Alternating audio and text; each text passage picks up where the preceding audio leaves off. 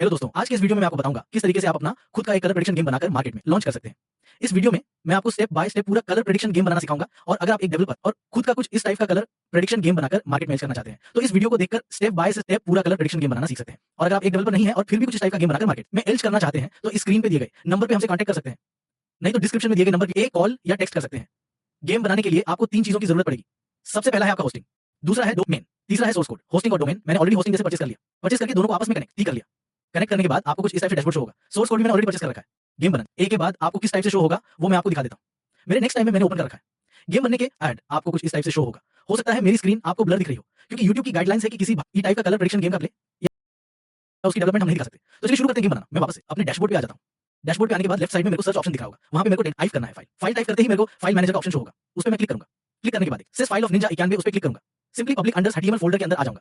यहाँ पे जितनी भी फाइल्स हैं मैं उसको सेलेक्ट करके डिलीट कर दूंगा। डिलीट करने के बाद इट्स फील लोनली हियर। अब मैं वापस से अपने जो मैंने डोमेन सर्च करके आपको मैं दिखा रहा था उस पे मैं रिफ्रेश करता हूं। आपको यहाँ पे 403 का एरर शो होगा। क्यों? क्योंकि मैंने ऑलरेडी जितनी भी फाइल्स थी इसमें वो सारी डिलीट कर दी है। मैं वापस से अपने डैशबोर्ड पे आ जाता हूं। डैशबोर्ड पे जाने के लिए जो भी मैंने फाइल टाइप किया है फाइल को यहाँ से रिमूव करूंगा। रिमूव करने के बाद ओवरव्यू पे क्लिक करूंगा। ओवरव्यू पे क्लिक करने के बाद डेटाबेस का ऑप्शन शो होगा। डेटाबेस पे क्लिक करूंगा। डेटाबेस में जो भी मेरी डेटाबेस की टेबल है मैं इसको भी डिलीट कर दूंगा। यहाँ से सिंपली यहाँ से मैंने डेटाबेस भी डिलीट कर दिया। मैं वापस अपने डोमेन पे आता हूँ, इसको रिफ्रेश करता हूँ। रिफ्रेश करने के बाद आप देखेंगे मेरे को स्टिल अभी 403 का रश हो रहा है क्योंकि मैंने डेटाबेस भी डिलीट कर दिया और इसमें जितनी फाइल्स थी वो सारी डिलीट कर दी। अब सिंपली मैं क्या करूंगा, जो भी मैंने पब्लिक अंडरस्कोर HTML का जो फोल्डर ओपन कर रखा था इसमें मैं अपना जो भी मेरा सोर्स कोड है already download source code simply इसको यहाँ से ड्रैग एंड ड्रॉप किया। ड्रैग एंड ड्रॉप करने के बाद राइट साइड कॉर्नर में मेरा कोड अपलोड हो रहा है। यहाँ पे हमारा कोड यहाँ पे ऐड हो गया। कोड अपलोड होने के बाद सिंपली मेरे को zip फाइल जो है मेरी उसको सेलेक्ट करना है। सेलेक्ट करके उस पर राइट क्लिक करना है। राइट क्लिक करने के बाद मेरे को एक्सट्रैक्ट का ऑप्शन शो होगा, उस पर क्लिक करना है। ये फाइल हमें एक्सट्रैक्ट कहाँ करनी, लिंक अंडर HTML के। तो सिंपली यहाँ पे चूज फोल्डर नेम में डॉट टाइप करेंगे। डॉट टाइप करने के बाद एक्सट्रैक्ट पे क्लिक कर देंगे। एक्सट्रैक्ट पे क्लिक करते ही हमारी जो भी फोल्डर्स हैं वो सारी एक्सट्रैक्ट हो गई। अब इसमें जो हमारी जिप फाइल थी उसकी अब हमें कोई नीड नहीं है, तो सिंपली उसको फाइंड करके उसको डिलीट कर देंगे। डिलीट करने के बाद मैं वापस से अपने डैशबोर्ड पे आ जाता हूँ। डैशबोर्ड पे आने के बाद सिंपली जो मैंने डेटाबेस ओपन कर रखा था यहाँ पे एक नया डेटाबेस क्रिएट करेंगे। नया डेटाबेस मैं रैंडमली सीबी नाम से क्रिएट कर ले रहा हूँ। सिंपली मेरा डेटाबेस यहाँ पर क्रिएट हो गया। डेटाबेस क्रिएट होने के बाद मैं स्क्रॉल डाउन करके नीचे आऊंगा। नीचे आने के बाद एंटर पीएफ माय एडमिन का ऑप्शन मेरे को शो होगा, उस पर क्लिक करना है। इस पे सिंपली जो भी मेरा डेटा बेस की टेबल्स होगी वो मैं यहाँ पे सिंपली ड्रैग एंड ड्रॉप कर दूंगा। ड्रैग एंड ड्रॉप करते ही मेरे को यहाँ पे सक्सेस का ऑप्शन होगा। सक्सेस का मतलब यहाँ पे मेरी जितनी भी टेबल्स थी वो यहाँ पे अपलोड हो गई है। अपलोड करने के बाद इसको कट करके सिंपली मैं अपने डेटाबेस पे क्लिक करूंगा तो जितनी भी टेबल्स होंगी उसकी सारी डिटेल्स मेरे को यहाँ पे अपनी शो हो रही होंगी। जैसा कि आप देख रहे हैं यहाँ पे मेरे जितने भी टेबल्स की डिटेल्स हैं वो सारी यहाँ पे मेरे को शो हो रही है। उसके बाद मैं वापस से अपने डोमेन पे आता हूँ। डोमेन को रिफ्रेश करूंगा। रिफ्रेश करने के बाद आप जैसे कि देखेंगे ये हमारा गेम तो चलने लगा है बट स्टिल यहाँ पे अभी काफी सारी चीजें जो हमें शो नहीं हो रही। जैसे हमारा लोगो हो गया शो नहीं हो रहा। क्यों? क्योंकि हमने फाइल तो अपलोड कर दी, डेटाबेस भी अपलोड कर दिया बट आपस में दोनों को कनेक्ट नहीं किया। इसकी वजह से काफी चीजें हैं जो हमें अभी यहाँ पे शो नहीं हो रही। सिंपली मैं अपने पब्लिक अंडरस्कोर फोल्डर के अंदर आऊंगा। इसके अंदर जो हमारा कंट्रोल फोल्डर है इसको ओपन करूंगा। कंट्रोल फोल्डर के अंदर एक्टिविटी.pf का फोल्डर उसको फाइल है उसको ओपन करूंगा। ये यहाँ पे जो भी मेरा डेटाबेस का नेम है वो सारी चीजें मैं यहाँ पे चेंज करूंगा। जो भी मैंने टी कर रखा है उसको सिंपली मैं डेटाबेस में जाके यहाँ से डेटाबेस का यूजर नेम कॉपी कर ले रहा। डेटाबेस का नेम, उसके बाद यहाँ पे सिंपली पेस्ट सिंपली यहाँ पे मैंने चेंज कर दिया। उसके बाद डीबी एक्शन फोल्डर के अंदर आएंगे। डीबी एक्शन फोल्डर के अंदर भी सेम चीज हम करेंगे। अपने डेटाबेस का नाम, यूजर नेम और जो भी पासवर्ड है और टाइप करने के बाद यहाँ पे सेव कर देंगे। टाइप करने के बाद वापस से पब्लिक अंडरस्कोर HTML पे क्लिक करेंगे। उसके बाद एडमिन फोल्डर के अंदर जाएंगे। एडमिन फोल्डर के अंदर कंट्रोल फोल्डर फाइंड करेंगे। कंट्रोल फोल्डर फाइंड करने के बाद उसमें एक्टिविटी पीएफ यहाँ पे भी हम सेम चीज करेंगे। अपने डेटाबेस का नेम, यूजर नेम जो भी इसका पासवर्ड है, फिर उसके बाद डीबी एक्शन फोल्डर के अंदर अब इसको मैंने सेव कर दिया। मैं वापस से अपने डोमेन पे आऊंगा। डोमेन पे आने के बाद आप जैसा कि देखेंगे यहाँ पे सारी चीजें अब लोगो वगैरह सारी चीजें अब यहाँ पे सारी चीजें सही चल रही है। सारी चीजें हमें प्रॉपर दिख रही है क्योंकि अब हमारा डेटाबेस भी कनेक्ट हो गया। सारी चीजें प्रॉपर्ली फैच हो रही है। अब इसके बाद मैं आ जाता हूँ इसके एडमिन पैनल पे। एडमिन पैनल के जाने के लिए हमें सिंपली अपने डोमेन के आगे /admin टाइप करना है। /admin टाइप करते ही आपका एडमिन का लॉगिन आ जाएगा। बाय डिफॉल्ट आपको एक लॉगिन आईडी पासवर्ड दिया जाता है एडमिन में। सिंपली उसी से आपको लॉगिन कर लेना है। लॉगिन करते ही मेरे पे लॉग इन सक्सेस का मैसेज आया। ओके, करते ही मेरे को एक डैशबोर्ड शो होगा जो मेरा एडमिन न का पूरा डैशबोर्ड होगा। डैशबोर्ड पे मेरे को ऑल मेंबर्स, जितने भी मेरे पूरे ओवरऑल एप्लीकेशन पे मेंबर्स हैं टोटल्स, उसकी सारी डिटेल्स यहाँ पे ऑल मेंबर्स टुडे जितने भी नए यूजर्स आए होंगे उनकी सारी डिटेल्स। ओवरऑल एप्लीकेशन पे वॉलेट बैलेंस कितना है, आज कितना रिचार्ज हुआ टुडे, रिचार्ज में शो होगा। टोटल अभी तक कितना रिचार्ज हुआ वो टोटल रिचार्ज में शो होगा। टोटल विड्रॉ कितना हुआ है ओवरऑल एप्लीकेशन पे वो टोटल विड्रॉ में शो होगा। टुडे विड्रॉ आज कितना विड्रॉ हुआ वो सारी डिटेल्स हमें टुडे विड्रॉ में शो होगी। उसके बाद आ जाता हूं मैं एजेंट सैलरी पे। यहाँ पे आप यूजर्स को एजेंट असाइन कर सकते हैं। वो अपने अंडरलाइन जो यूजर्स जोड़ेंगे उनके बिहाफ पे आपने सैलरी भी प्रोवाइड कर सकते हैं। उसके बाद आ जाता हूं मैं यूजर्स लिस्ट में। यहाँ पे ओवरऑल जितने भी आपके एप्लीकेशन है अंश पे यूजर्स होंगे वो सारी डिटेल्स आपको यूजर्स की जितनी भी डिटेल्स होंगी वो सारी यहाँ पे शो होगी। जैसे joining date, member ID, wallet, mobile number, password. और आप पर्टिकुलर यूजर का और ज्यादा डिटेल्स देखना चाहते हैं तो सिंपली आप एक्शन के नीचे जो व्यू मोर का बटन शो हो रहा है वहां पे क्लिक करेंगे। यहाँ पे आने के बाद आप यूजर को एक्टिवेट डीएक्टिवेट भी कर सकते हैं। यूजर के बैंक डिटेल्स भी आप यहाँ से एडिट और अपडेट कर सकते हैं सिंपली। उसके बाद आ जाता हूँ फंड ट्रांसफर पे। फंड ट्रांसफर में किसी भी यूजर के अकाउंट में आप लेट में यहाँ से अमाउंट ऐड और डिडक्ट कर सकते हैं।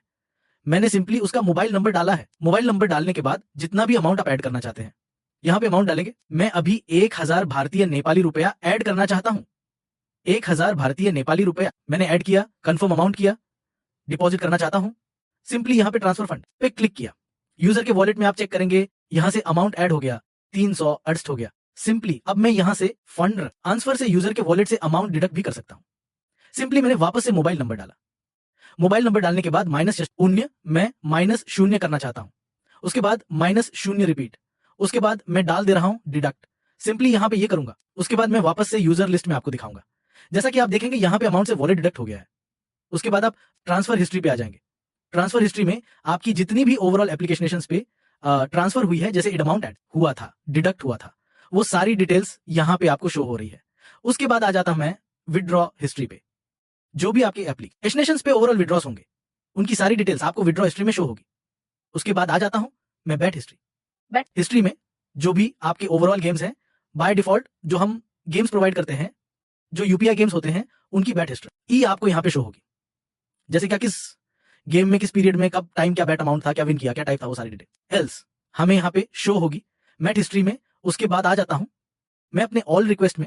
बाय इसमें basically withdraw request and deposit request show होती है। बेसिकली हम बाय डिफॉल्ट जो देते हैं, हम मैनुअल मेथड देते हैं। पेमेंट के 2 टाइप के मेथड होते हैं, मैनुअल और ऑटोमेटिक। बाय डिफॉल्ट जो है हमारा मैनुअल है। मैनुअल में क्या होता है, सारी चीजें हमें मैनुअली वेरीफाई करके यूजर के वॉलेट से अमाउंट ऐड और डिडक्ट करना पड़ता है। ऑटोमेटिक में क्या होगा, सारी चीजें ऑटोमेटिकली प्रोसीड करेंगी। यूजर ने डिपॉजिट किया, ऑटोमेटिकली वेरीफाई हुआ, यूजर के वॉलेट में अमाउंट ऐड हो गया, यूजर ने विड्रॉ किया, ऑटोमेटिकली वेरीफाई हुआ, यूजर के अकाउंट में विड्रॉ ऑटोमेटिकली अमाउंट आ गया। तो सिंपली यहाँ पे विड्रॉ रिक्वेस्ट में जाके जो भी आपकी विड्रॉ की रिक्वेस्ट होगी वो सारी डिटेल्स आप यहाँ से मैनुअल मेथड में आप चेक कर सकते हैं। मैनुअली आप अमाउंट ट्रांसफर करेंगे और प्रोसीड अप्रूव करेंगे इसे। उसके बाद डिपॉजिट में भी सेम चीज है। डिपॉजिट में आपको यहाँ पे डिपॉजिट जो भी इनिशिएट होगा वो आपको यहाँ पे शो होंगी। आप मैनुअली उसको अप्रूव करेंगे। जब तक आप अप्रूव नहीं करेंगे वॉलेट के यूजर के वॉलेट में अमाउंट ऐड नहीं होगा। उसके बाद आ जाते हैं कस्टम रिजल्ट्स। बाय डिफॉल्ट इसमें हम 2 गेम्स देते हैं, विंगो लॉटरी एंड K3 लॉटरी। और अगर आप चाहते हैं कि और भी इसमें गेम्स ऐड करना तो सिंपली आप क्या कहते हैं, एपीआई गेम्स हमसे ऐड करवा सकते हैं। विंगो लॉटरी और K3 लॉटरी में सिंपली यहाँ पे जो भी है मैन्युअली किसी यूजर को विन और लॉस करा सकते हैं। हम चाहते हैं रैंडम यूजर विन हो तो रैंडम यूजर विन कर सकते हैं। हम चाहे कि लीस्ट नंबर जो भी सबसे कम बैट करे वही विन करे हमेशा, तो वो भी हम यहां से सेट कर सकते हैं। K3 में भी सेम चीज है। सिंपली यहां से मैं आ जाता हूं कस्टम रिजल्ट्स में। यहां पे मैं आऊंगा K3 में। सिंपली K3 में भी सेम चीज है। K3 में भी हम यहां से विन और लॉस करा सकते हैं। किसी को भी मैनुअली सेलेक्ट करके इस भी नंबर को हम मैनुअली सेलेक्ट करेंगे, वो नंबर विन होगा और वही नंबर हम चाहे तो लॉस भी करा सकते हैं। उसके बाद आ जाता हूं कस्टम स्पिनर्स में। कस्टम स्पिन में हम मैन्युअली यहां से सेट कर सकते हैं। जैसे कस्टम पे सेट करता हूं तो कस्टम में जो गिफ्ट मैंने सेलेक्ट कर स्पिन करेंगे तो हमेशा वही विन करेंगे। रैंडम में कभी भी कोई भी विन कर सकता है। मैनुअल में जो मैंने सेलेक्ट करके रखा है सिर्फ वही विन करेगा। उसके बाद आज आता हूं मैं अपने जो भी मेरा सेटिंग्स है, सेटिंग्स में हम यहां से जैसे मैंने बताया आपको मैनुअल मेथड देते हैं। मैनुअल मेथड के लिए आपको यूपीआई चेंज करना है, यूएसडीटी चेंज करना है, क्यूआर अपलोड करना है, वो सारी चीजें आप यहां से अपलोड कर सकते हैं।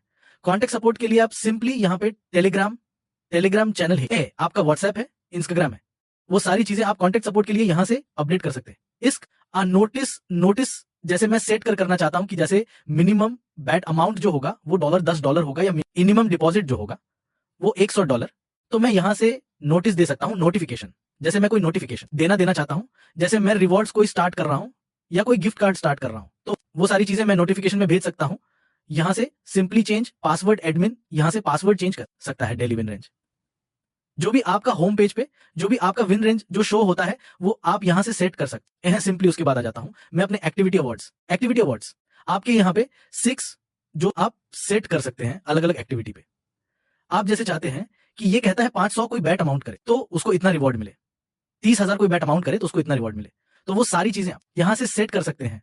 उसके बाद है हमारा इन्विटेशन बोनस। जो भी इन्विटेशन जैसे इसमें MLM बेस्ड है तो जिसमें हम 13 लेवल तक रेफर पे आपको बोनस देते हैं। 13 टाइप के रेफर सिस्टम्स है इसमें। जैसे 1 से 50 यूजर को कोई रेफर करेगा तो 200 भारतीय नेपाली रुपया उसको बोनस मिलेगा। 4 से 150 करेगा तो 300 भारतीय नेपाली रुपया उसको बोनस मिलेगा। ऐसे ही डिफरेंट रिवॉर्ड्स हैं इसमें जो आपसे टी कर सकते हैं। लेवल सेटिंग जैसे मैंने बताया आपको MLM बेस्ड है।